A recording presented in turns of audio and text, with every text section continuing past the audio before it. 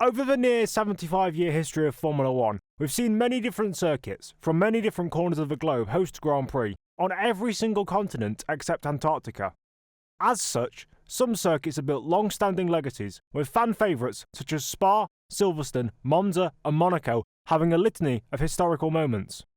However, the tracks don't create legacies on their own. To have a race, you need cars. To drive cars, you need a driver. Thus, certain drivers are going to become affiliated with certain circuits which suit their driving style. Some of the most iconic driver and circuit combos include Graham Hill, who won the Monaco Grand Prix 5 times, or Ayrton Senna, who won the same race 6 times. Nigel Mansell was unstoppable at Silverstone, and Alain Prost won the French Grand Prix 8 times at 3 different circuits. However, Monaco is very much an outlier of a track, and there's no way that Mansell and Prost oh so conveniently were particularly dominant at tracks in their home countries. It'd be too easy to talk about our Nigel's insane pole lap in 1992, or Senna's numerous freakish performances in the Monaco Principality throughout his career. Instead, I'm going to talk about a driver and circuit pairing that is only well known by the people who were watching F1 at that time or have learned about it since. Let's sit down and analyse Damon Hill's love affair with the Hungaroring. After plans to host a Grand Prix in the Soviet Union in 1983 fell through, Hungary became the first Eastern Bloc country to host a Formula One race in 1986. The track was a narrow and twisty one, thus giving it the nickname Monaco without the walls. For the first 2 years of its existence, there was a chicane placed where the modern-day turn 3 is, after a natural spring was found right where the track was due to run during building. It seems that despite redirecting the spring ahead of a 1989 race, it would make a cameo appearance 20 years later as the spring popped off of Rubens Barrichello's car and straight into the helmet of Felipe Massa. Despite the tight chicane being removed, it was still a tricky layout that was hard to overtake on, and by the time Damon Hill came onto the Formula One grid in 1992, the only memorable moment to happen at the Hungarian Grand Prix was when Nelson Piquet battled with Ayrton Senna for the lead at the inaugural event. Damon's first Hungarian Grand Prix wasn't a good story, as despite it being only the second race of his Formula One career, the Brabham team he was driving for went bust after over 30 years in F1 after the race. I covered Brabham's downfall in a separate video in the top right corner of your screen if you'd like to check it out after this video. Despite his uncompetitive machinery, Damon wrestled his car around the circuit in 25th place in qualifying, the highest grid position of the team's whole season. After Brabham went bust following the race in Hungary 1992, Damon sat out the rest of the 92 season, then was given a lifeline for 1993. Alain Prost joined Williams, but he had a so-called anti-Senna clause in his contract, which meant that the 3-time Brazilian champion couldn't be his teammate, and Prost also had a number 1 driver contract. Riccardo Patrese, who had driven for Williams since 1988, felt that he was going to be ousted because he thought Prost would be partnered by Nigel Mansell. However, for whatever reason, the Briton didn't accept being a number 2 driver to Prost, who had taken a year sabbatical while Nigel was busy winning the World Drivers' Championship. Therefore, Williams had lost Mansell, Patrese and Senna all because Alain Prost was a greedy bastard. Fantastic driver, but a greedy bastard. Thus, the active Williams reserve driver Damon Hill was promoted to number 2 driver to be subservient to the French 3-time champion. This is all relevant because Hill's Williams stint was by far the most successful stint of his F1 career. As per the video title, Hill proved his proficiency at the 1993 Hungarian Grand Prix. Admittedly, he was slower than Prost the entire weekend and only took the lead because the Frenchman came into the pits and had to repair his rear wing and went 7 laps down, but Hill took his first Grand Prix victory in this race, after losing several race wins prior to this through no fault of his own. The 1994 Hungarian Grand Prix was a bit of an anomaly year because although Hill outqualified his teammate by 1.4 seconds, that teammate was a rookie David Coulthard. He then came home in second, 20 seconds behind Michael Schumacher's Benetton and ahead of Coulthard, who retired on lap 59 after spinning out on a patch of oil. I'll give the benefit of the doubt to Damon here because he played the hand he was dealt with very well. He could have beaten Michael to put the icing on the cake, especially since that 94 Williams was quite a bit faster than the Benetton, but this is Damon Hill we're talking about. 1995 was a more confident Hungarian race for Hill. He cleared a more experienced Coulthard by 4 attempts in qualifying to take pole. Then in the race he lapped everyone up to 3rd place Gerhard Berger and finished 33 seconds clear of Coulthard, who was 2nd. That's a dominant performance and probably his best Hungarian Grand Prix so far. 1996 in his championship-winning season was a down year for Hill at Hungary, as not only did he only beat his rookie teammate Jacques Villeneuve by a 10th in qualifying, he lost out on pole position to Michael Schumacher in the god-awful 1996 Ferrari. Then in the race, Villeneuve won with Damon 7 tenths behind in second. He should have been beating a rookie at his favourite circuit. I mean, come on. But arguably, Damon's greatest weekend as a Grand Prix driver came in 1997. He'd been ousted from a Williams team despite winning the title, and he joined the Arrows team for 1997. During the first 10 races of the season, Arrows had only scored a solitary point courtesy of Hill in Silverstone, but his day of day came at, you guessed it, the Hungaroring. Damon wrestled his car around the twisty circuit in qualifying, only 4 tenths off a pole position, to claim 3rd place on the grid. Meanwhile, his teammate Pedro Diniz was more than 2 seconds slower than Hill in a lowly 19th, on the penultimate row of the grid. Damon made a good launch off the race start and jumped his old teammate Villeneuve, then harried down his 1994 adversary Michael Schumacher in his Ferrari. After catching him on lap 6, he passed the German on lap 11 as Michael struggled with the balance of his car for the rest of the race.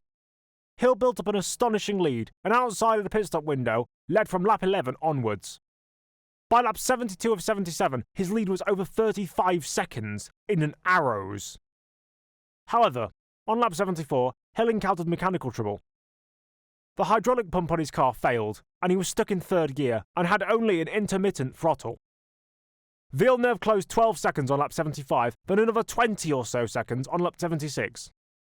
The Canadian caught the ailing Arrows through turn 3, and Hill made a last-ditch attempt to stop Jack, overtaking him by pushing him into the grass on exit, but that didn't work, and Villeneuve won the race with Hill second. Arrows had lost the chance to take their first ever race win, and this result was such an anomaly that the 6 points that Hill got for second place in Hungary made up 2/3 of his team's total points tally in 1997. As much as I'm not the biggest fan of Damon nowadays, I will say his performance in the 1997 Hungarian Grand Prix was commendable. That Arrows was a lower midfield car at best, and he nearly won with it on merit. Kudos. 1998 saw much of the same magic. He qualified 4th, 1.2 seconds off pole in his Jordan, and nearly a full second clear of his teammate Ralf Schumacher. Hill finished 4th, while Ralf was 9th and 1 lap down. Then in 1999, amidst all the dissatisfaction swirling around Damon, having wanted to retire from F1 completely 3 rounds earlier at the British Grand Prix, he still did well at the Hungaroring. He was only 3 thousandths of a second behind his teammate Heinz-Harald Frentzen in qualifying, although he finished 24 seconds behind the German in the race. And that was the last Hungarian Grand Prix Damon Hill competed in. His fantastic performances in 1992, 1995, 1997, and 1998 especially really show the upper end of his driving skill. He may have been inconsistent or downright mediocre at other points in his career, but just like Senna at Monaco or Hamilton at Silverstone, you could always count on Hill to perform at the Hungaroring. Now, this is where I'd usually round off a video, but I'm going to introduce a new segment to my videos. Where possible, I'm going to do a hot lap at a relevant car and track combination to show what it was like to drive that car in that era, at that track, and achieve a lap time, or just give you guys a feeling of nostalgia. Anyways, here is my attempt to beat Damon Hill's qualifying time at the 1997 Hungarian Grand Prix in the Arrows he was driving. I'm using the F1 VB Challenge mod for the F1 Challenge 1999-02 game, and I won't lie, I don't like the handling characteristics of any car post 1990 in this game because the force feedback isn't detailed enough. If I beat his lap, I don't claim to be better than Damon Hill is, but if I don't beat it, then it must be rigged.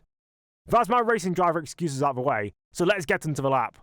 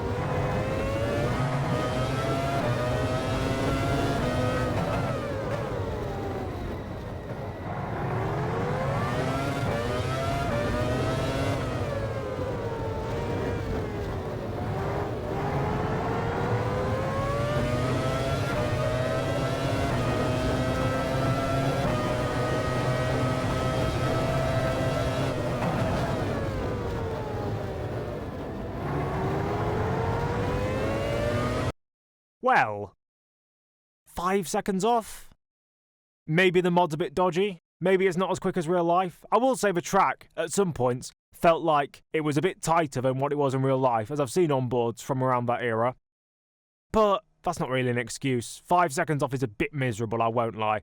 Hopefully, in the future when I try these hot lap segments, if you all like them, I'll be a bit quicker, and maybe I won't be as much of a stupid idiot. But yeah, with that lap done, I think it's the end of the video. I hope you all enjoyed my deep delve into more untapped F1 history, and the first in hopefully many hot laps on this channel. Please remember to like, comment, and subscribe. Follow my Instagram and Patreon with links in the description, and become a channel member if you want to contribute to the channel personally with some money. Currently, our only channel member is the legendary Andy Lamberts, but I hope that will change in the future. Anyways, I will stop being a beg, and I'll let you guys get on with the rest of your day. Have a good one. I'm Nedzo, and I'll see you all later. Bye!